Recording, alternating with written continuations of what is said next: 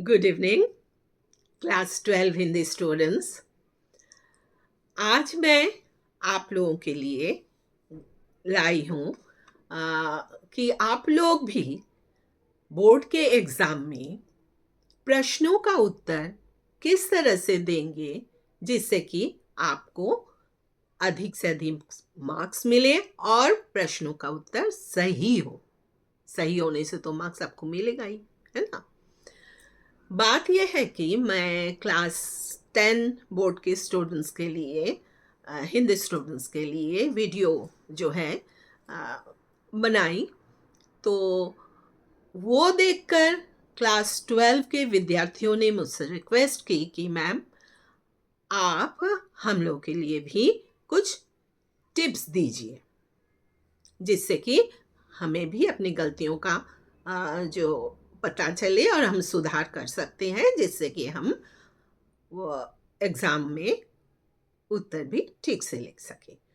तो जिसके कारण आज मैं ये वीडियो आप लोगों के लिए बनाई और इस पर मैं जो है किस तरह से लिखने से या किस प्रकार प्रश्नों को देखकर आप क्या सोचेंगे, क्या समझेंगे और किस तरह लिखेंगे, इस पर मैं आज चर्चा करने जा रही हूँ।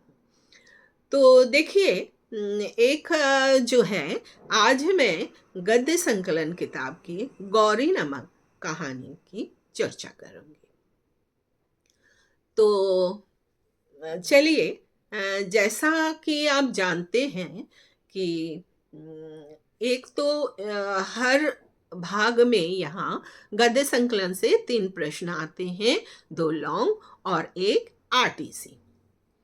तो लॉन्ग प्रश्न आप लोग करते क्या है कि कहानी को एक बार पढ़ लेते हैं और सोचते हैं आप तो समझ गए क्योंकि ये हिंदी कहानी है, ऐसी ऐसी कोई बात तो है नहीं, हम समझ गए और हम उत्तर लिख देंगे।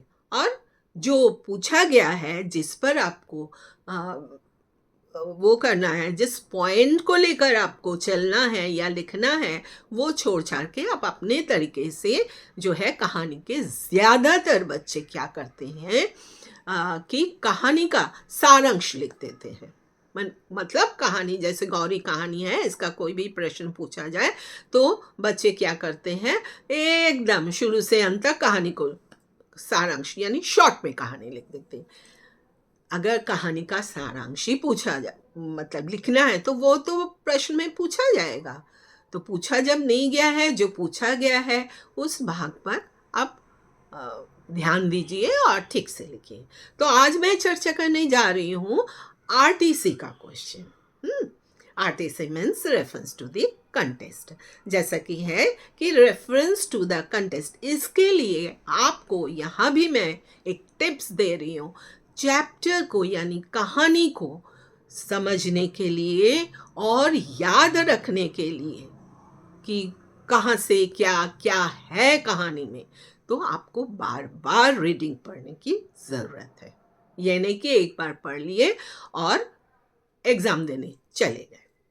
तो चलिए क्या करते हैं, एक्सट्रैक्ट देखते हैं।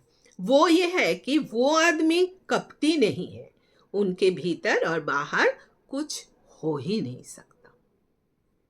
ठीक है, यह है हमारा एक्सट्रैक्ट। अब प्रश्न है, पहला प्रश्न है, कहानी का नाम लिखते हुए बताइए कि ये किस प्रकार की कहानी है।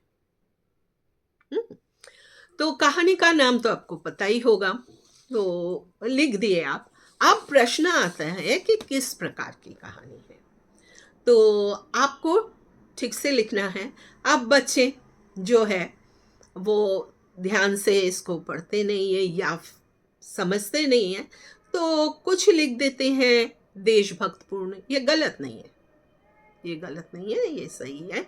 लेकिन साथ में आपका जो है एकदम ठीक आंसर ये है कि गौरी एक चरित्र प्रधान भावनात्मक कहानी है।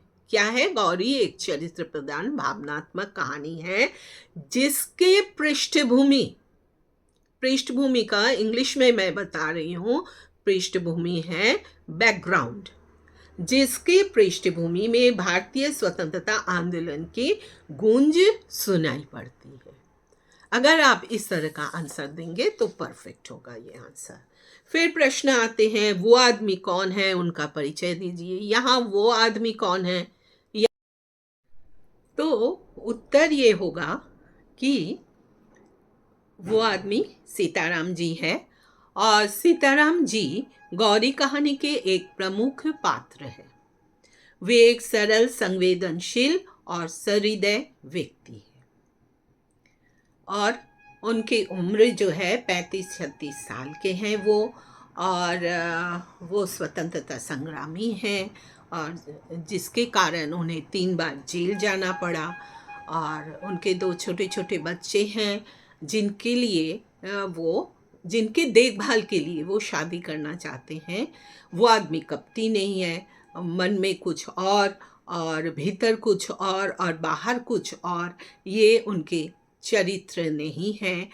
और वो एकदम बहुत ही सीधे साधे हैं, जिसके कारण वो खादी का कुर्ता, स्वतंत्रता संग्रामी हैं, खादी का कुर्ता पहनते हैं, गांधी टोपी, और मतलब वेशभूषा पर वो ध्यान नहीं देते हैं, वो देशभक्त है।